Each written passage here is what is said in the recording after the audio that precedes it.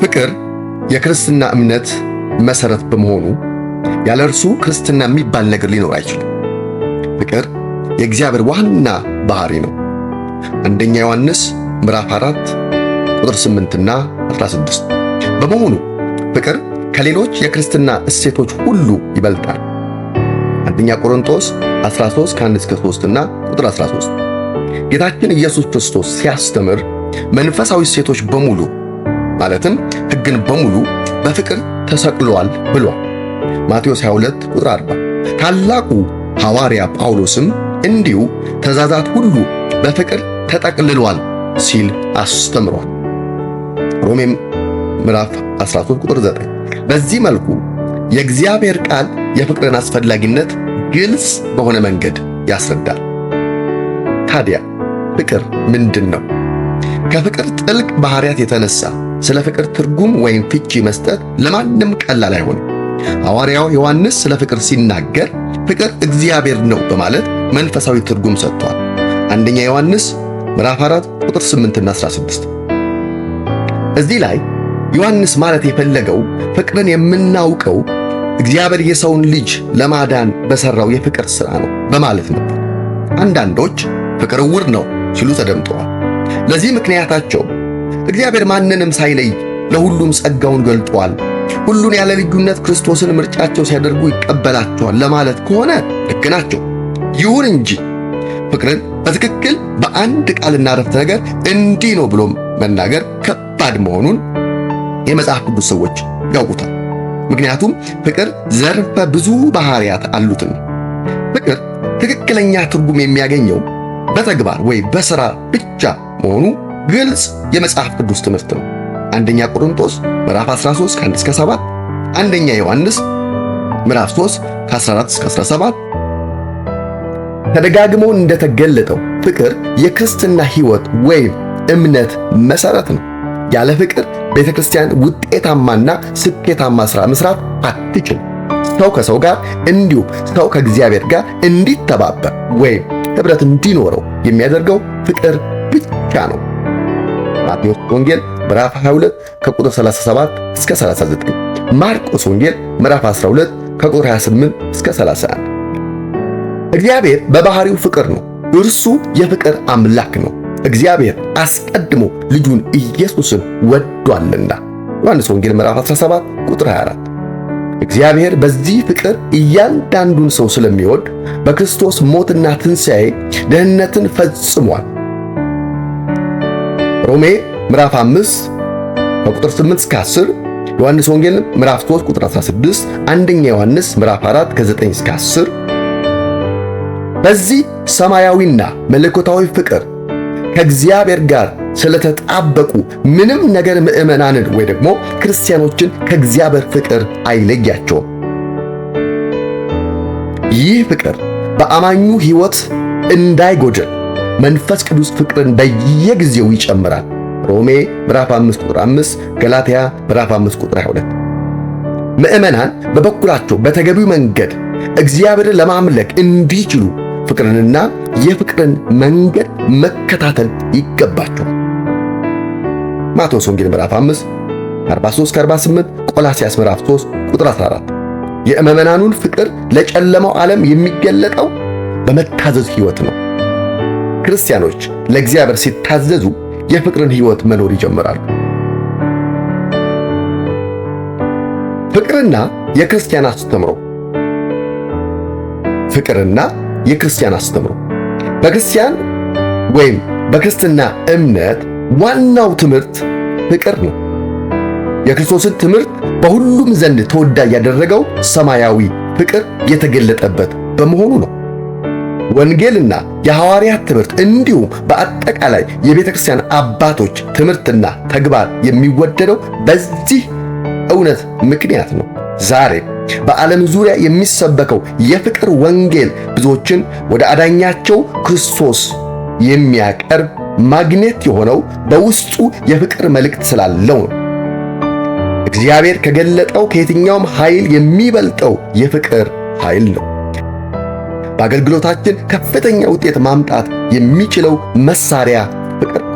ያለ ፍቅር የጸጋ ስጦታዎች ሁሉ ከንቱ ናቸው። ፍቅር የሰውን ባህሪ ፍጹም የሚያደርግ በዓለም አቻ የማይገኝለት ኃይል ነው። መኃልየ ዘሰሎሞን ምዕራፍ 8 ከቁጥር 6 እስከ 7። የአንደኛ ዮሐንስ መልእክት ዋና ዓላማ የፍቅርን ታላቅነትና አስፈላጊነት ለክርስቲያን ማህበረሰብ ለማሳየት ነው። በዚህ መልእክት ስለ ፍቅር የተጠቀሱትን ኃይለ ቃላት እንደሚከተለው እንመልከት። አንደኛ፣ እርስ በርስ እንዋደድ። አንደኛ ዮሐንስ ምዕራፍ 3 ቁጥር 11፣ አንደኛ ዮሐንስ ምዕራፍ 4 ቁጥር 11፣ አንደኛ ዮሐንስ ምዕራፍ 4 ቁጥር 7። ሁለተኛ፣ ወንድሙን የማይወድ ከእግዚአብሔር አይደለም። አንደኛ ዮሐንስ ምዕራፍ 3 ቁጥር 10። ሶስተኛ፣ እኛ ወንድሞችን የምንወድ ስለሆነ ከሞት ወደ ሕይወት ተሻግረናል።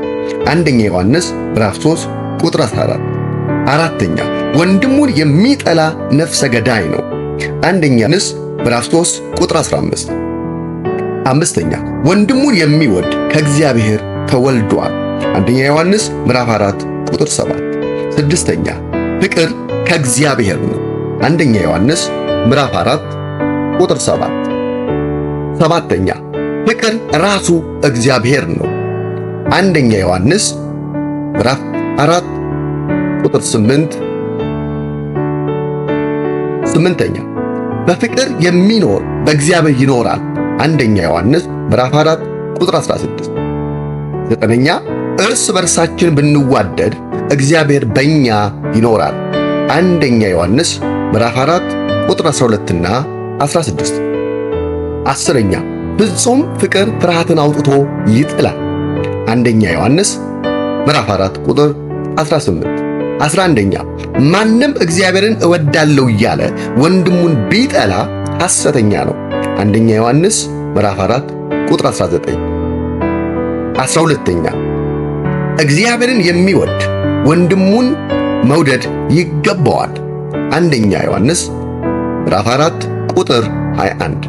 13ኛ፣ ያየውን ወንድሙን የማይወድ ያላየውን እግዚአብሔርን መውደድ አይችልምና።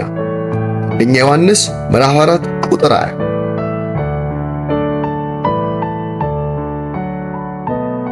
በዚህ የመጽሐፍ ቅዱስ እውነት አንጻር ሕይወታችን ሲመዘን ሚዛን የሚደፋ ይሆን? ወንድሞቻችንንና እህቶቻችንን በጥላቻ መርዝ ገድለን በጻድቁ ነፍስ ላይ የሥጋን ሥራ ሁሉ ለመፈጸም ሕሊናቸው ለማይረባ ጥቅም የሸጡትን በመጽሐፍ ቅዱስ ቋንቋ ምናምንቴዎችን ጠርተን አሳድመን እንደ አይሁድ ሽማግሌዎች ጉባኤ የሐሰት ማስረጃ እያሰባሰብን በአጠቃላይ የወንድሞቻችንና የእህቶቻችን ሞት ናፋቂዎች ሆነን መድረክ ላይ ወጥተን ብንዘምር ብንሰብክ እንዲሁም የመላእክትን ብርሃናዊ መልክ ለመያዝ ጥረት ብናደርግ ይሳካልን ይሆን?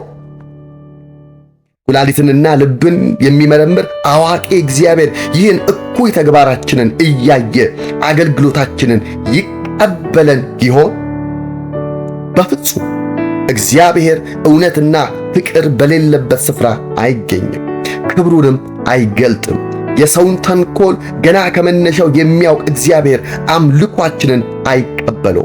በዚህ ሁኔታ በመድረክ ስለተነቀፈው ስሙ ጻድቅ እግዚአብሔር ለፍርድ መነሳቱ የማይቀር የሰው ቁጥር ስለበዛ እግዚአብሔር ውሸትን አይደግፍም። ጻድቅ እግዚአብሔር ከባህሪው ውጪ ምንም አይነት የስህተት አሰራር አያጸድቅም ወይም ትክክል ነው ብሎ ዕውቅና አይሰጥም።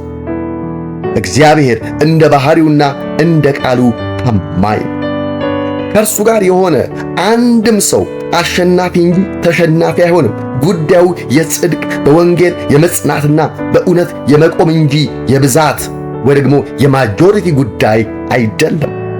ከጌታ ጋር ለብቻቸው ቆመው ያሸነፉ በርካታ ምስክሮች በዙሪያችን አሉ። ዕብራውያን 12 ከ1 እስከ 12፣ አንደኛ ሳሙኤል ምዕራፍ 14 ቁጥር 6። ሰው በምድራዊ ነገር መመካት ከጀመረ ትክክለኛውን አቅጣጫ ይስታል። ይህ ተግባር ምድራዊ እንጂ ሰማያዊ አይደለም። ያዕቆብ ምዕራፍ 3 ከ13 እስከ 16። በዚህ የመጽሐፍ ቅዱስ ክፍል የተጠቀሱት የሥጋ ሥራዎች በገላትያ 5 እስከ 19 ድረስ ያሉትን ጨምሮ ለጥፋት ሰይጣን በኃጢአተኞች ሕይወት የሚያመርታቸው የጨለማ ፍሬዎች ናቸው። የሥጋን ሥራ በግልጽ እየፈጸምን በድፍረት ጌታን እናገለግላለን፣ ለእግዚአብሔር እንቀናለን ማለት እንዴት አሳፋሪ ነው!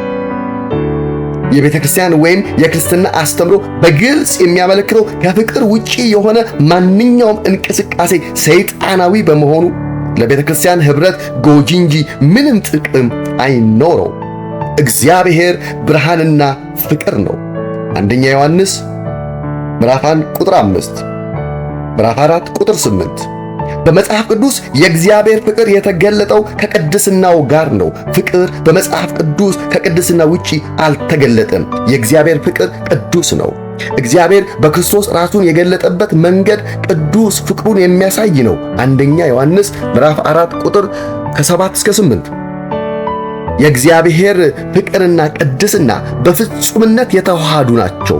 ይህም የሚያሳየው የእግዚአብሔርን ጨዋነትና ትዕግሥት ሲሆን እግዚአብሔር በውሳኔው ብርቱና ጠንካራ ነው። ኤርምያስ ምዕራፍ 4 ቁጥር 28። ይህ ፍቅር በእግዚአብሔር አብ፣ በእግዚአብሔር ወልድ እንዲሁም በእግዚአብሔር መንፈስ ቅዱስ ዘላለማዊ መገለጫን አግኝቷል። የእግዚአብሔር ፍቅር በግሪከኛ አጋፔ ተብሎ የሚጠራው ሲሆን ትርጓሜው ለሌላው ጥቅም ራስን መስጠት ማለት ነው። አጋፔ አቻ የሌለው ሰማያዊና መለኮታዊ ፍቅር ነው። በምንም አይነት መልኩ የሰው ፍቅር ወይ ደግሞ ሰብአዊ ፍቅር ከዚህ መለኮታዊ ፍቅር ጋር ሊነጻጸር አይችልም። የእግዚአብሔር ፍቅር በኃጢአት ለወደቀው ሰው ልዩ ነው። ይህ ፍቅር የተገለጠው ለመላው ዓለምና ለእያንዳንዱ ሰው ነው። ዮሐንስ ወንጌል ምዕራፍ 3 ቁጥር 16፣ ገላትያ ምዕራፍ 2 ቁጥር 20። እግዚአብሔር ሰውን ብቻ ሳይሆን ሌሎች ፍጥረታትንም ይወዳል። የእግዚአብሔር ፍቅር ዘላለማዊና ቋሚና ከሰውም ሆነ ከሰይጣን የሚመነጨውን ጥላቻ ለማሸነፍ በቂ ኃይል ያለው ነው። ምንም እንኳን ሰው በውድቀቱ ምክንያት በኃጢአቱ የረከሰ ቢሆንም እግዚአብሔር ይወደዋል። መጀመሪያው ጀምሮ ታላቅ ፍቅሩ በፍጥረት ዓለም የተገለጠ ቢሆንም መዝሙር 145 ቁጥር 9 በኋላ በተለይም የክርስቶስ ኃጢአተኞችን በማዳን ሥራ የእግዚአብሔር ፍቅር በደንብ ታይቷል። ፍቅሩ ታላቅ፣ ነፃ፣ ለጋስ፣ በራሱ በእግዚአብሔር ባህሪ ፍላጎትና ዓላማ ላይ የተመሰረተ ነው። ፍቅሩ በክርስቶስ ለሚያምኑበት የተለየ ነው። ዮሐንስ ወንጌል ምዕራፍ 16 ቁጥር 27፣ ዮሐንስ ወንጌል ምዕራፍ 17 ቁጥር 20። የእግዚአብሔር ፍቅር በሰው መልካም ሥራ ላይ የተመሰረተ አይደለም። ዘዳግም 7 ከ6 እስከ 9፣ ኤፌሶን ምዕራፍ 2 ከ8 እስከ 9፣ ሮሜ ምዕራፍ 3 ከ20 እስከ 28። የእግዚአብሔር ፍቅር በቋሚነት ለአመፀኛው የሰው ዘር የተዘረጋ የጸጋ ገመድ ነው። እርሱ በዚህ የጸጋ ገመድ በሆነው ፍቅሩ ኃጢአተኞችን ወደ ራሱ ይስባል። ኃጢአተኞችን ከኃጢአታቸው ይቅር ይላቸዋል፣ ለመንግሥቱም ይቀበላቸዋል። የፍቅር አምላክ እግዚአብሔር ለኃጢአተኞች የንስሐን ጊዜ በመስጠት እስኪመለሱ ድረስ ይጠብቃቸዋል። ራዕይ ምዕራፍ 3 ቁጥር 20። በኢየሱስ ክርስቶስ የተገለጠው የእግዚአብሔር ፍቅር ስፋቱና ጥልቀቱ የተገለጠው በአዳኛችን በኢየሱስ ክርስቶስ ልደት፣ በምድራዊ ሕይወቱ፣ በአገልግሎቱ፣ በደረሰበት ስቃይና ሕመሙ እንዲሁም በሞቱና በትንሣኤው በመጨረሻ በዕርገቱና በመንፈስ ቅዱስ ስጦታ ነው።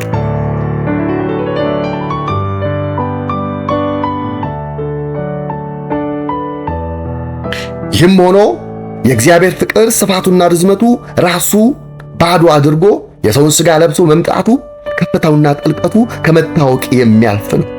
ኤፌሶን ምዕራፍ 3 ከ18 እስከ 19። ኢየሱስ በቤተልሔም የተወለደው ይህን የእግዚአብሔርን ፍቅር ለመግለጥ ነው።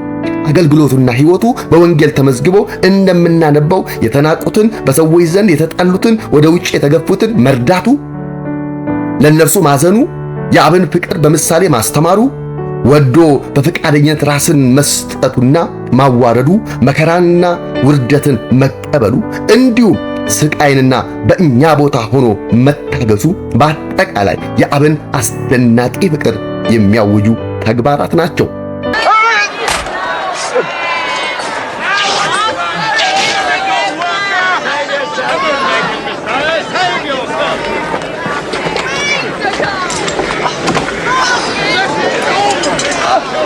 በግልጽ አዲስ ኪዳን የሚያስተምረን የክርስቶስ ፍቅር ራስን ለሌሎች የመስጠትና መስዋዕት የመሆን ፍቅር ነው። በዚህ ክርስቶስ ታላቅ የፍቅር ምሳሌያችን። የእግዚአብሔር ታላቅ ፍቅር ከምንጊዜውም ይልቅ ለሰው ልጅ በግልጽ የታየውና የተገለጠው በኢየሱስ ቢሆንም በእያንዳንዱ ምዕመናን ውስጥ የፈሰሰው በመንፈስ ቅዱስ አማካኝነት ነው። ሮሜ ምዕራፍ 5 ቁጥር 5 ሰውን በፍቅር ለመልካም ሥራ ሁሉ የሚያነሳሳው ራሱ መንፈስ ቅዱስ ነው። ሁለተኛ ቆሮንቶስ ምዕራፍ 5 ከ14 እስከ 15፣ አንደኛ ዮሐንስ ምዕራፍ 4 ቁጥር 20 እስከ 20 ሰውን ከሰው ጋር፣ ሰውን ከእግዚአብሔር ጋር፣ ሰውን ከራሱ ጋር እንዲሁም ሰውን ከተፈጥሮ ጋር የሚያስታርቀው ከመንፈስ ቅዱስ የሚፈሰው ፍቅር ነው። በፍቅር ሕይወት ክርስቲያኖች ለሌሎች የክርስቶስን ፍቅር ሊያሳዩ ተጠርተዋል። እነርሱ ራሳቸው ከመለኮት የተቀበሉትን ፍቅር፣ ምሕረትና ይቅርታ፣ ርኅራኄ ለሌሎች ማድረግና ማሳየት ይጠበቅባቸዋል።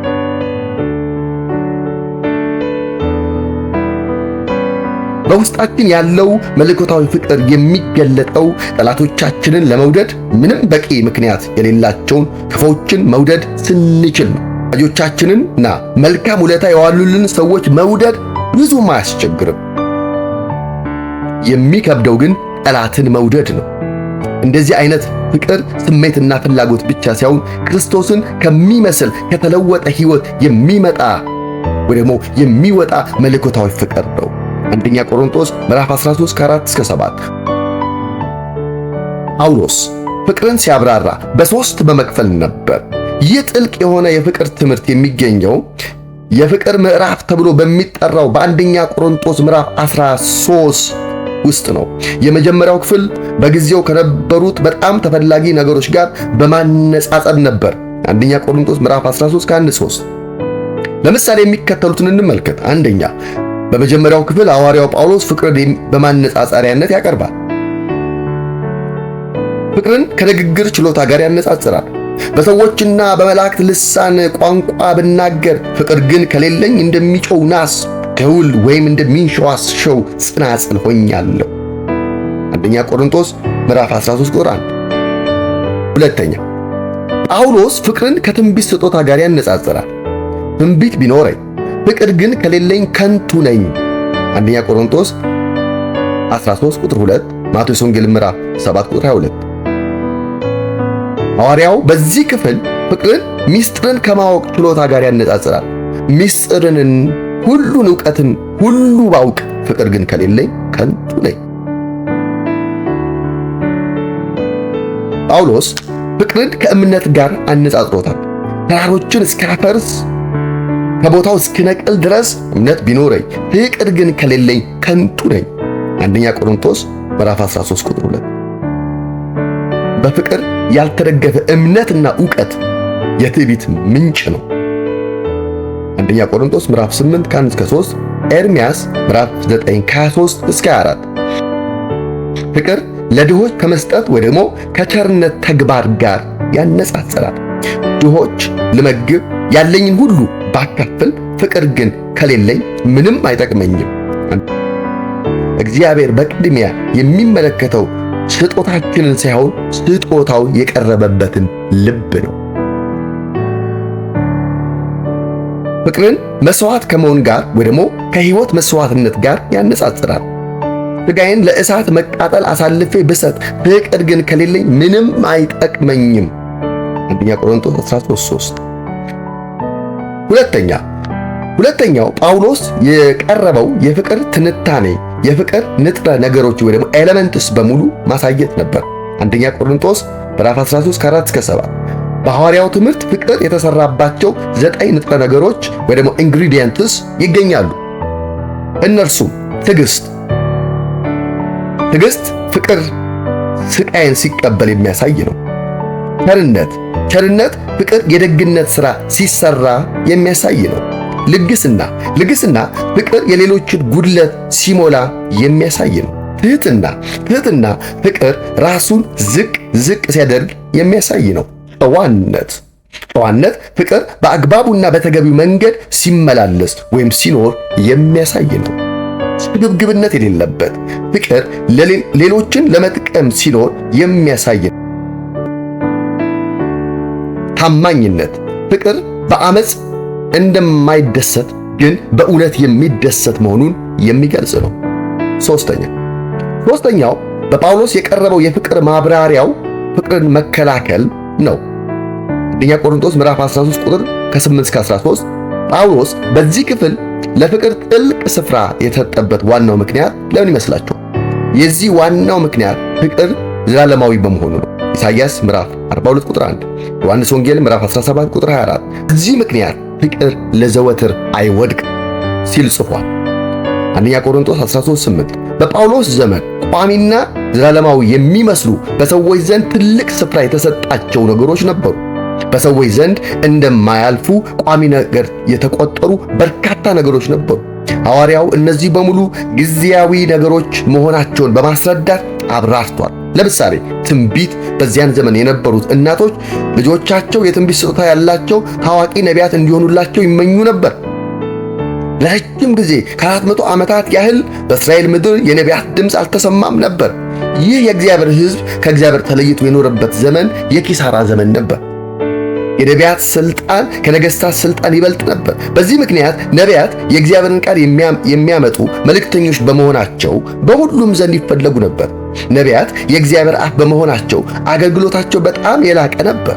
በዚያን ጊዜ ነው ጳውሎስ እጅግ የሚያስደንቅ ነገር የነገራቸው። ይኸውም ትንቢትም ቢሆን ግን ይሻላል በማለት ሌላው ሰዎች በጉጉት የሚጠባበቁትን የሚመኙትን የጸጋ ስጦታ በልሳን መናገር ነበር።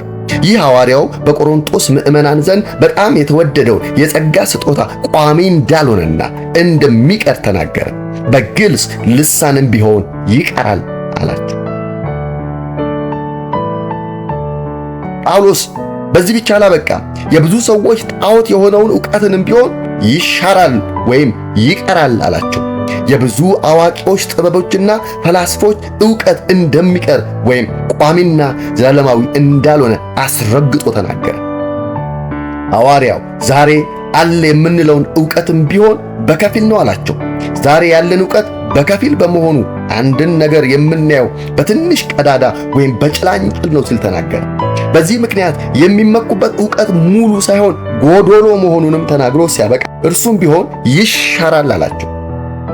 ትላንት የተደነቀው ዕውቀትና ግኝት በሌላ ዕውቀት ይተካል። በጣም አስደናቂ የተባሉ ጽሑፎችና የዕውቀት ሰነዶች ከመጽሐፍ ቅዱስ በስተቀር ዘመን ያለፈባቸው ተብለው ሙዚየም ገብተዋል። ሌሎች ብዙዎች ተቃጥለዋል። መጽሐፍ ቅዱስ በግልጽ እንደሚናገር የዓለም ዕውቀት፣ ምኞትና ትምክህት ሁሉ የሚቀሩት ጊዜያዊ መሆናቸው የተረጋገጠ ነው። አንደኛ ዮሐንስ ምዕራፍ 2 ከ15-17 መጽሐፍ ቅዱስ ለዘላለም ጸንተው ይኖራሉ የሚላቸው 3 ወርቃማ እሴቶች አሉ። እነርሱም እምነት፣ ተስፋና ፍቅር ናቸው። ሐዋርያው በዚህ በመጨረሻ ክፍል ከተጠቀሱት ሁሉ ፍቅር እንደሚበልጥ ይናገራል። ከሦስቱ 2ቱ የሚሻሩበት ዘመን ይመጣል። እምነት በማየት ይፈጸማል። ተስፋም እንዲሁ በመውረስ ወይም በማግኘት ይፈጸማል። ከክፍሉ በሚገባ እንደምንረዳው ለአንድ ነገር በጣም እርግጠኞች ነን። እርሱም ፍቅር ዘላለማዊ የማይወድቅና የማይሻር መሆኑ። በሰማይም ቢሆን አዳኛችን እግዚአብሔርን መውደዳችንን ይቀጥላል። የእርስ በርስ ፍቅር እንዲሁ ሰው ራሱን ለብዙ ነገር መስጠት ይችላል። ይሁን እንጂ ራሱን ለፍቅር ሕይወት መስጠት ወይም ማስገዛት ከሁሉም ይበልጣል። ፍቅር ሰማያዊና መለኮታዊ ነው። ሰውነትን ለሰማያዊ ነገር ማስገዛት ወይም ማስለመድ ለነገር ሁሉ ማለት ለዚህ ሕይወትም ቢሆን ለሚመጣው ሕይወት ይጠቅማል። አንደኛ ጢሞቴዎስ ምዕራፍ 4 ከ7-8